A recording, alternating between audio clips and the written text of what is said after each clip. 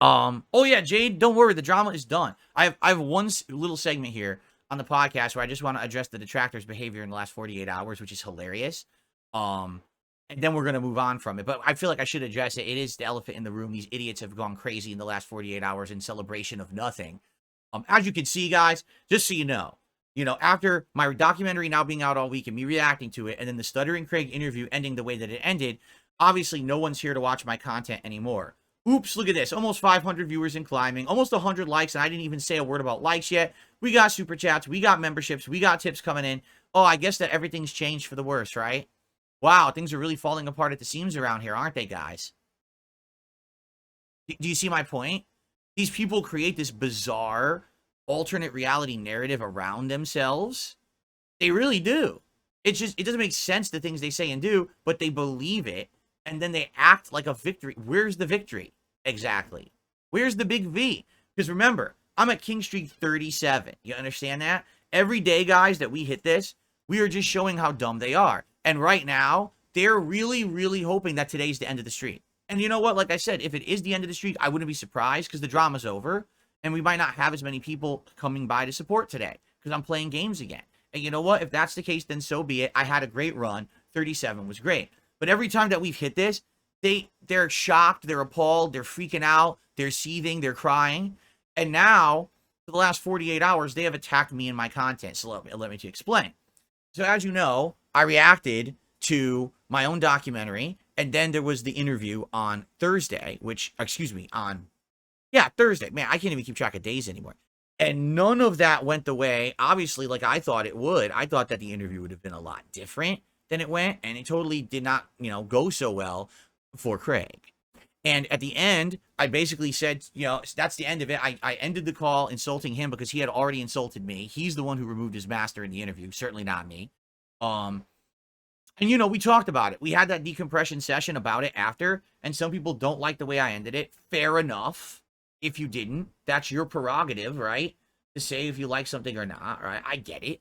But for the most part, it's done. It's in everyone's rear view. And quite frankly, most people are happy that I'm just not going to do anything with that guy, right?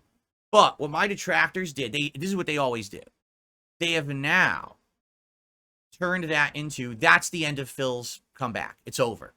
Because when he did that, he showed how unprofessional he is. No one's ever going to want to work with Phil. No one's going to watch Phil's content. Yada, yada, yada. Case in point, they came to the channel, and every video about Craig, they mass downvoted.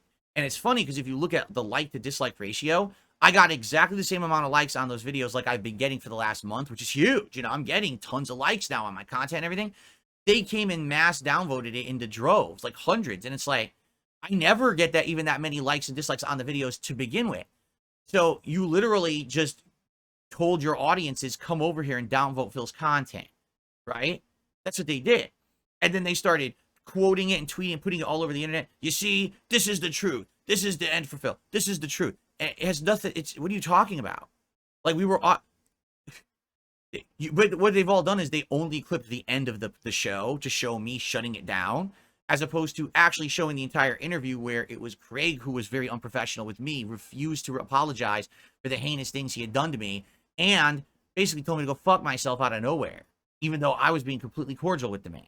He decides to do that. So, it's in black and white, night and day. But again, they live in an alternate reality where they spin everything to be their own narrative. That's what they've done for 10 years.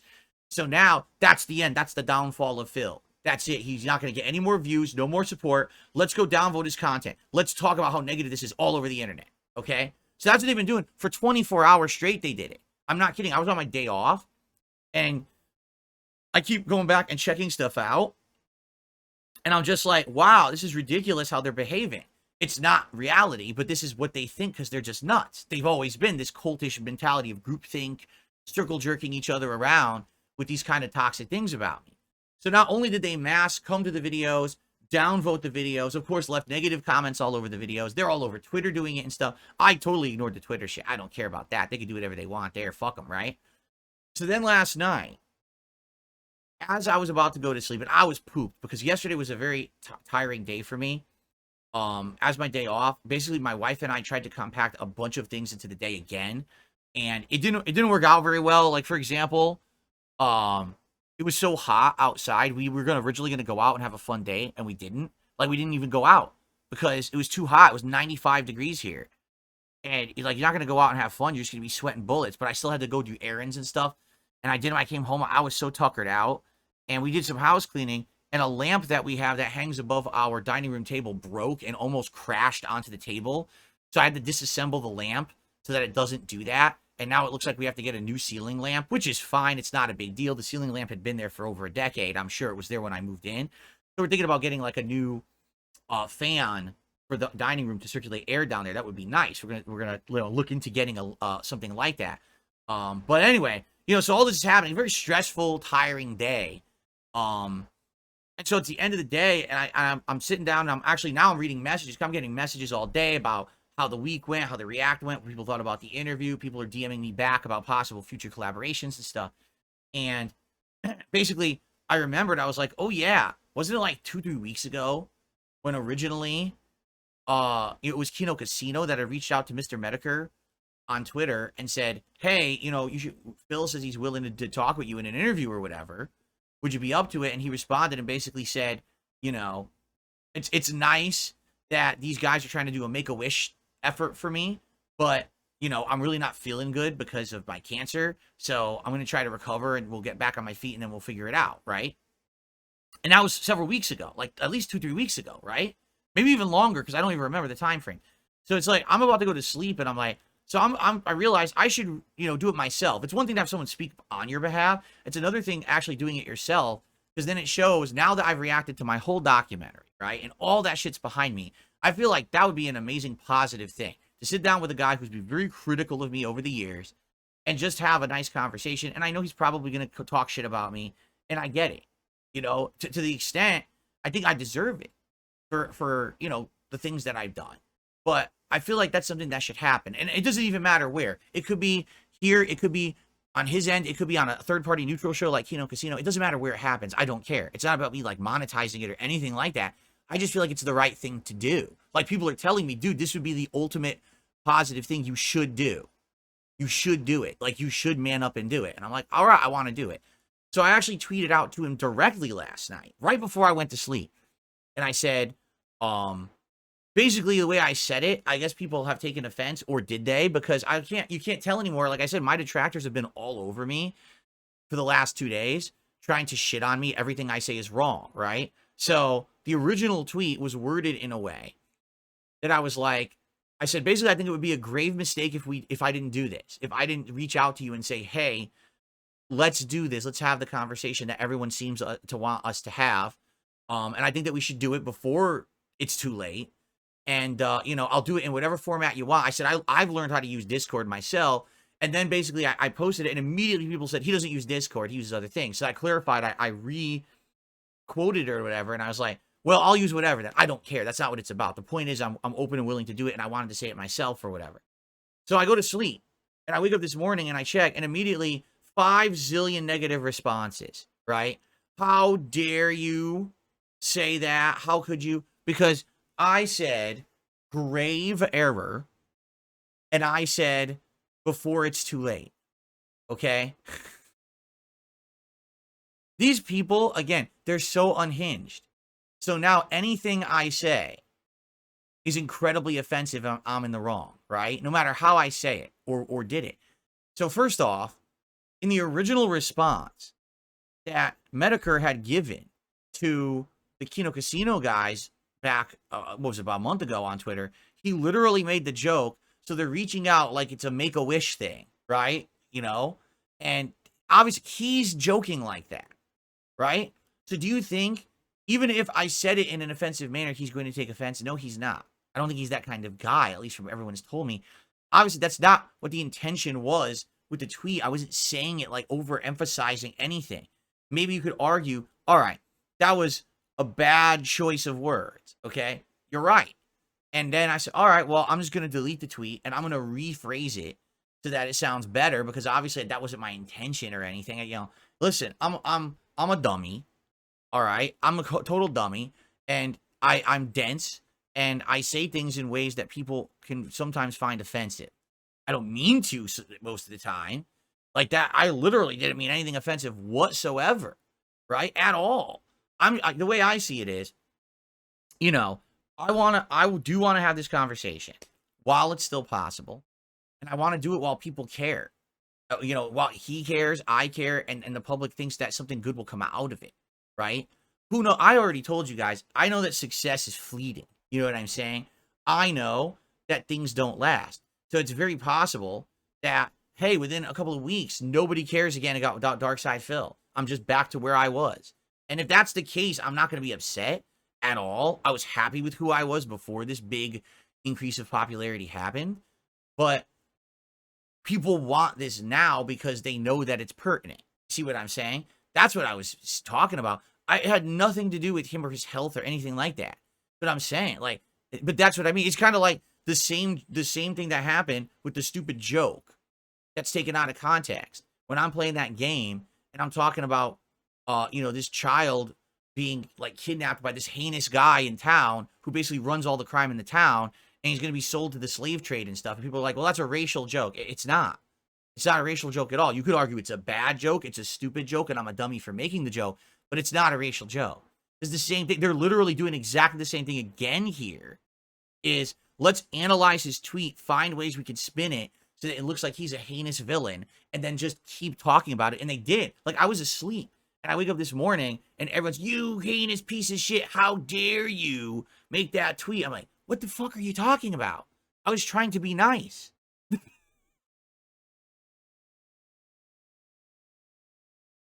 So anyway, I will say this. Not that Medicare will hear this or anything, but I apologize if that was, you know, if it was harmful. And if it was anything, you know what I'm saying? Like, if it was anything bad towards you, Jim, I didn't mean it at all. I was trying to be nice and just say, man to man, from me, the offer is there in whatever format. However, this is not, again, not about me monetizing anything. This is about me saying I've been told it's the right thing to do, so I should just do it. And I want to let you know I'm sincere about it. I'm totally down for it. It doesn't matter what chat format we do or what is it, what video service we use, if it's on your end or my end broadcast. You know, some people have even said, if we do it, why don't I do it in a venue that basically like Jim can benefit, you know, on his side, like make some money. I'm okay with that. 1,000,000% I'm okay with that. Really, I don't care. I'm fine with that.